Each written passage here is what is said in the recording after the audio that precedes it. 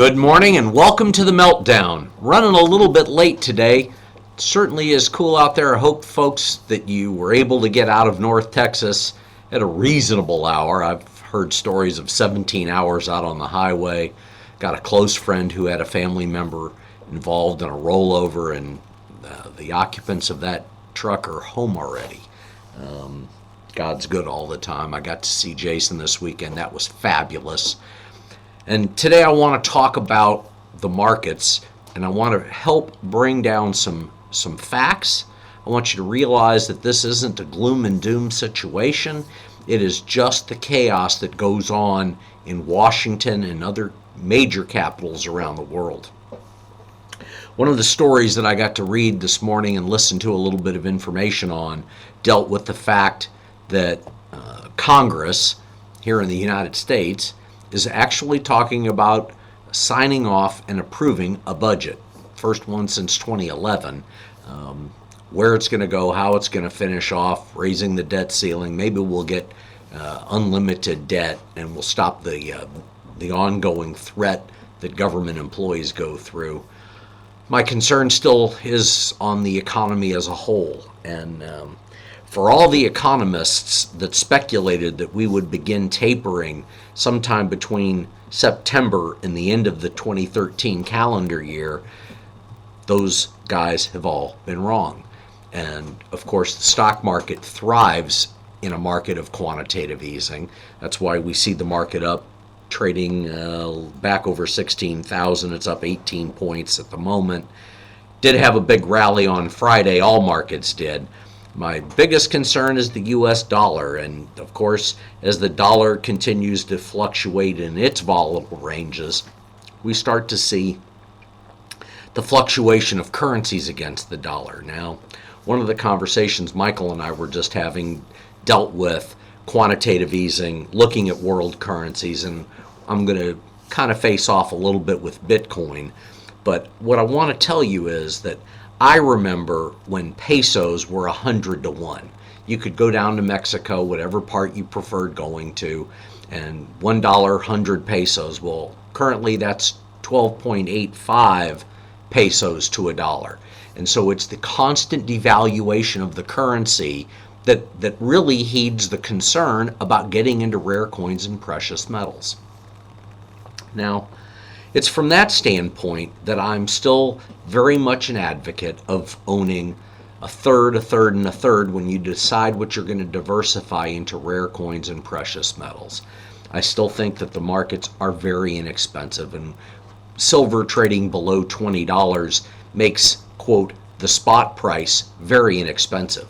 When you go to the physical market, you're going to start paying premiums, and those premiums will fluctuate depending on what you're looking at. The rarer the metal, the higher the premium. The more demand there is for a specific metal, the more you pay in premium.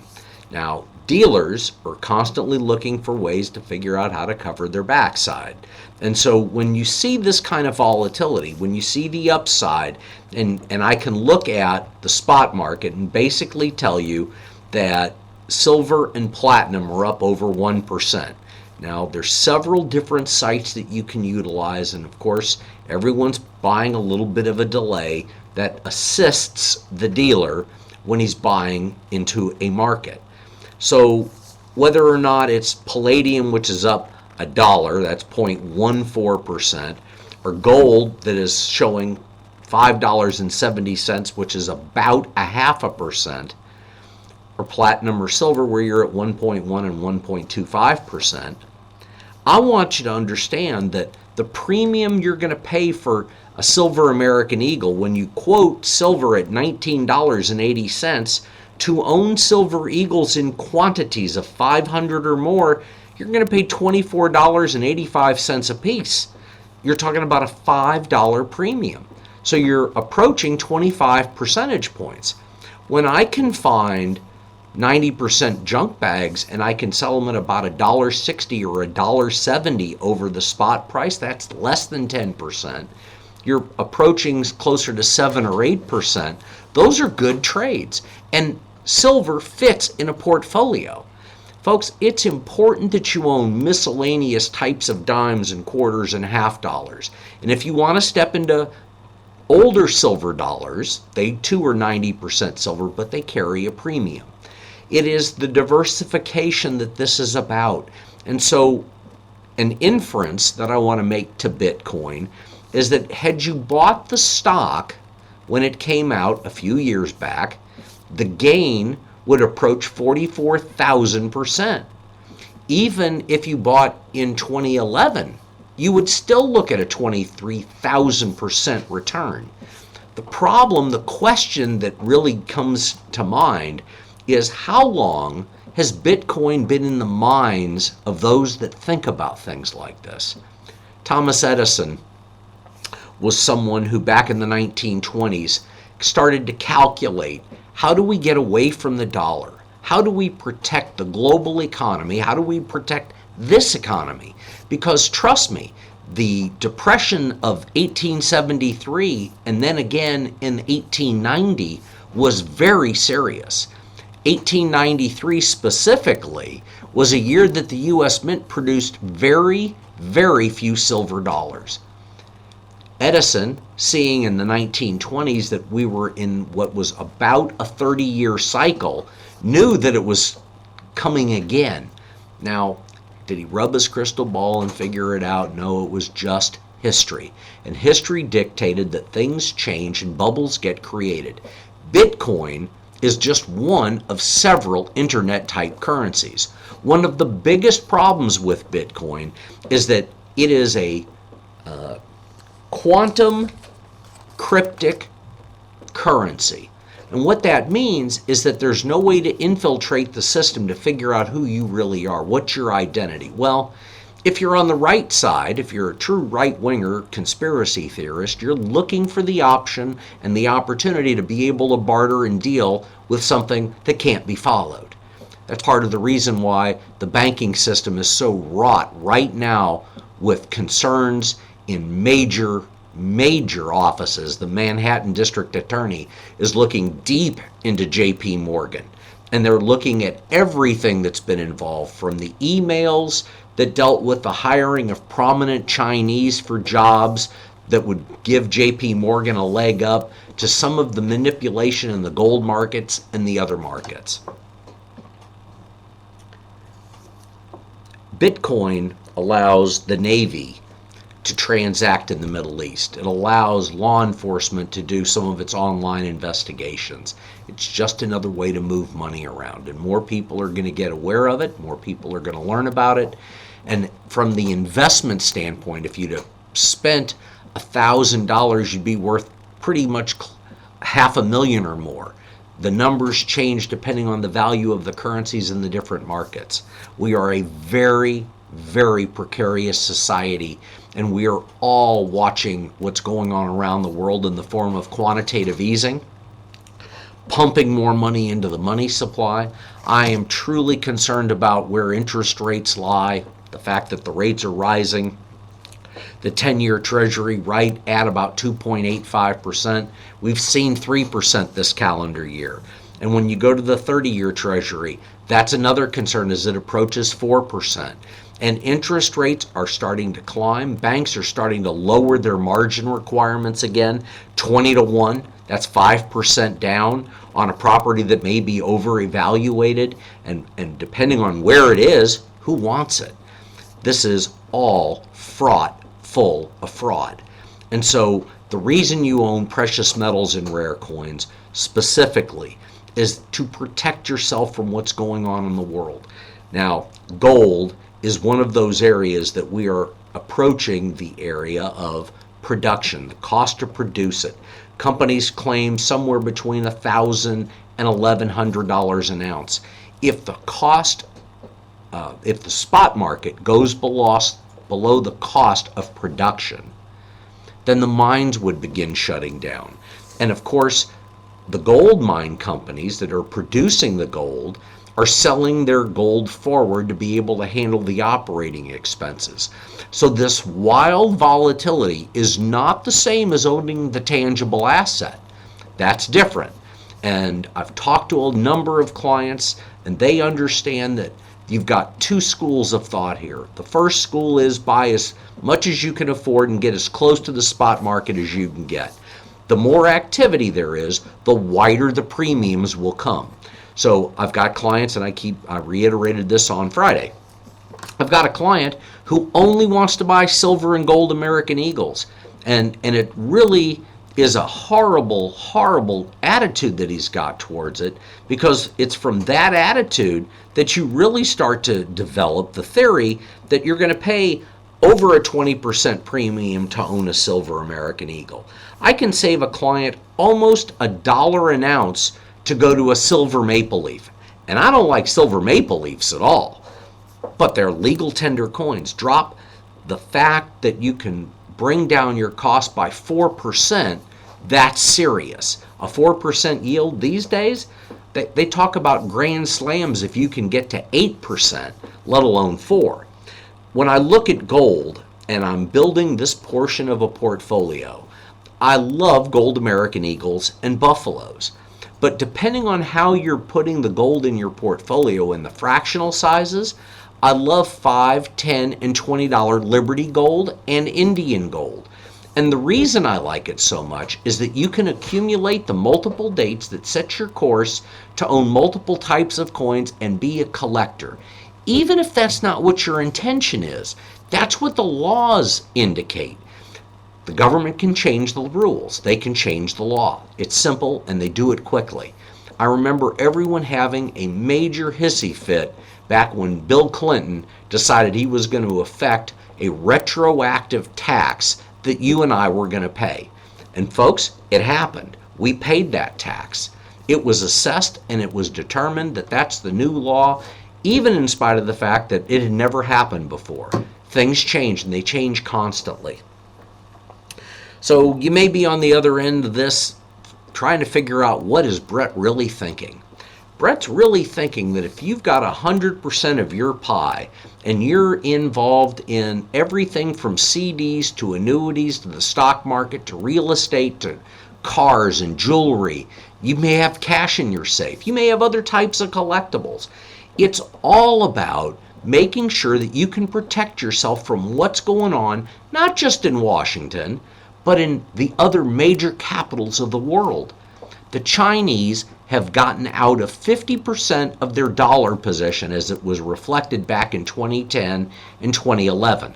That was to assist the United States government in its bailout. This week alone, there are 4 different auctions coming, and the amount of capital that the government is going to be involved with these bond markets approaches $64 billion. These are huge numbers, and the debt will be out further. The government continues to float. Other countries are looking to assist, but we're all tied at the hip. If one country goes over the cliff, we all go over the cliff. And so when I talk about Bitcoin, I deal with the fact that Bitcoin is attempting to get into every major browser, attached to every brand new phone, attached to every email, that it is a way of doing business privately off the grid where government doesn't know what you've got or what you're doing. Eventually, we're in an area that we don't know a whole lot about. And so part of what I want to be able to convey is that you consult. You ask other people, you do the research, you look around the internet. There are so many companies that are competing for your business right now that all I want to do is be able to bring a clear, concise, and logical conclusion to the fact that you need to diversify. It doesn't matter whether you've got $100 million under management and maybe you're a portfolio manager for a large company. Maybe you're looking at your family's estate. Maybe you're just worried about yourself and your family. Maybe you're single and you're just worried about you. What it boils down to is, are you smarter than the market? Have you been able to increase your net worth based on dollars and look at an account and say, I'm worth more today than I was 5 years ago? That's not the only question to ask. The question that I see an insurance company asking out there is it time to do something different? The bulk of the world does not own gold. They do not own silver, and they definitely don't own silver dollars. Silver dollars on a global basis, Morgans and peace dollars, are probably traded more than any other form of coin known to exist, period. And it's from that standpoint that I want people to put sets of Morgan silver dollars together. Whether you put together a date set or a mint set or the 96-piece set, which would represent each date and mint mark. If you get into the varieties, you may be into the hundreds, but it's just a matter of what you've got to work with. Not all coins grade the same way. That's obvious. You can have heavily circulated coins that trade for as little as $30 a coin, but you can also have rare silver dollars that trade for thousands of dollars per coin. The 1893 San Francisco being the coin that I'm picking on in particular. In the lowest grade, that coin's going to sell for between $2,500 and $3,500. Depends how low the grade is. Now, I've seen a lot of 1893 S's in the last 25 years, and what I can really tell you is that it is one of the most counterfeited coins in the American U.S. coin market.